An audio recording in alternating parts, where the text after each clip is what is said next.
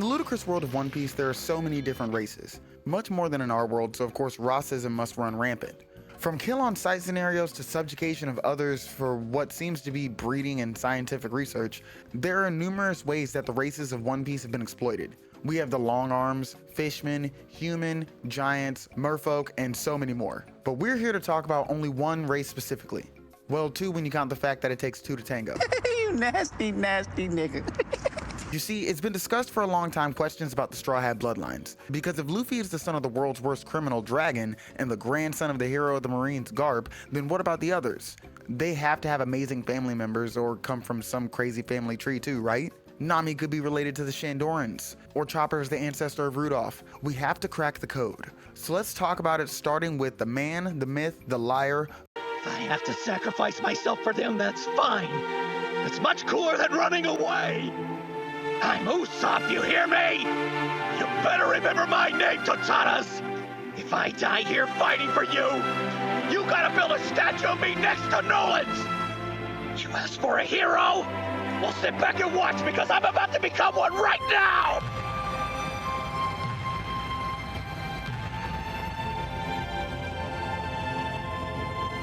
Starting from the jump, we know that Usopp is from Syrup Village. I feel it's really important to talk about this because one, there are a ton of people who have joined the One Piece crews in the last 10 years, so the original locations and meetings of the first 4 members might not be well documented. And two, because in my opinion, this is one of the weaker arcs at first glance, and you really must analyze it to appreciate it. You can miss me with the whole ass shenanigans, my nigga. Boy, that escalated quickly. If you guys want to dive deeper in the beginnings of One Piece, let me know in the comments. But in Syrup Village, this is where we meet the Phony in a chapter titled The Boy Who Cried Wolf. Being introduced to Usopp for the first time, we see him running through the town screaming the pirates are coming, ah! Akin to the story, the people wind up developing a sense of distaste for the fantastical fibber. He also lies to his sweetheart Kaya, but the lies of his about pirates had a much deeper meaning. You see, Usopp lied about the pirates mostly to try to save his mother. Let's put a pin in Bonchina for now. He told her that pirates were coming with hope of giving her hope of reuniting with his pirate father who abandoned them. That's one mark for Yassop in the world's worst anime father category. But all in all, with the conflict at his hometown resolved, Usopp joins the crew and still remains a liar. He lied to Kaya about a giant goldfish that poops the size of islands, and meeting the giants confirmed that. After meeting Dory and Brogy on Little Garden, Usopp was emboldened by the spirit of the giant warrior pirates to become a brave warrior of the sea. And this would push Usopp and his fans like me to do and see unprecedented things. Like me having a family. I'm a 35-year-old white man. Oh no! What happened? Oh no! How terrible! That's just awful! How terrible! Oh no! Or say him saving an entire country of enslaved tiny people. See, there was a reason I mentioned slavery. Another fable told to Kaya was about a country of dwarves, and at first glance you would imagine probably a One Piece version of Gimli. I cannot jump the distance you have to touch me!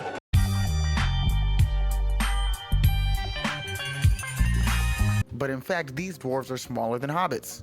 A very tiny people that deserve massive respect. The Tontatta are in their own rights exactly what dwarfs stand for minus the facial hair. At least in the craftsman areas. Most dwarves I've read about have been very greedy also.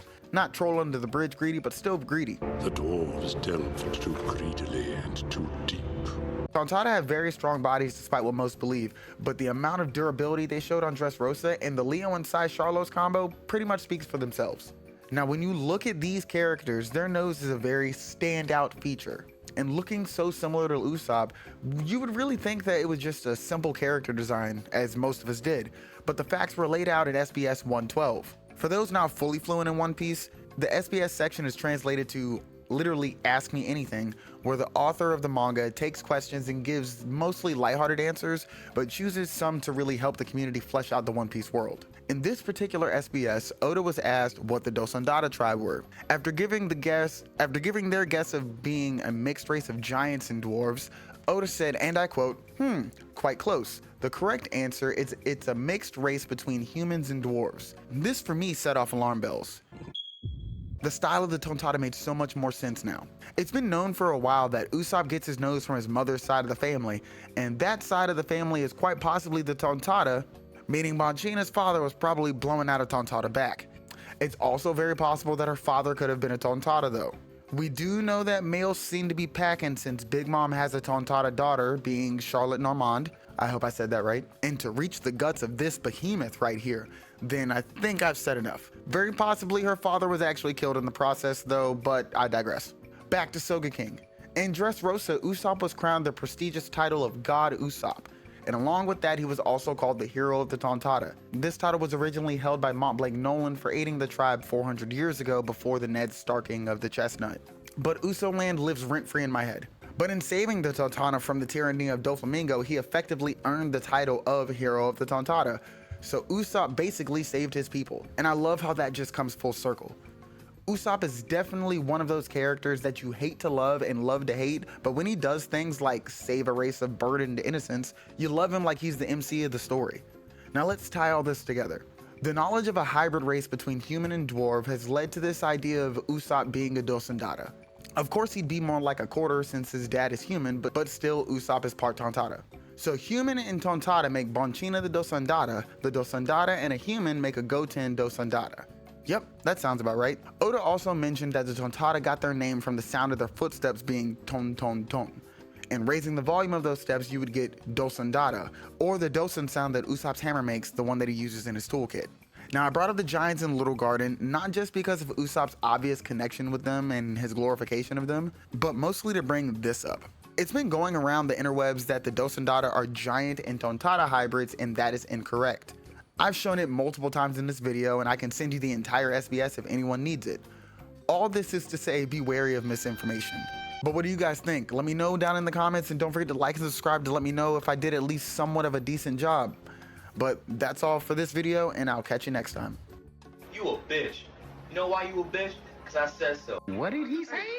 Black, y'all, and I'm black, y'all, and I'm blacker than black, and I'm black, y'all, and I'm black, y'all, and I'm black, y'all, and I'm blacker than black, and I'm black, y'all. I'm blickety black, blacker than black, black, I'm blacker than black.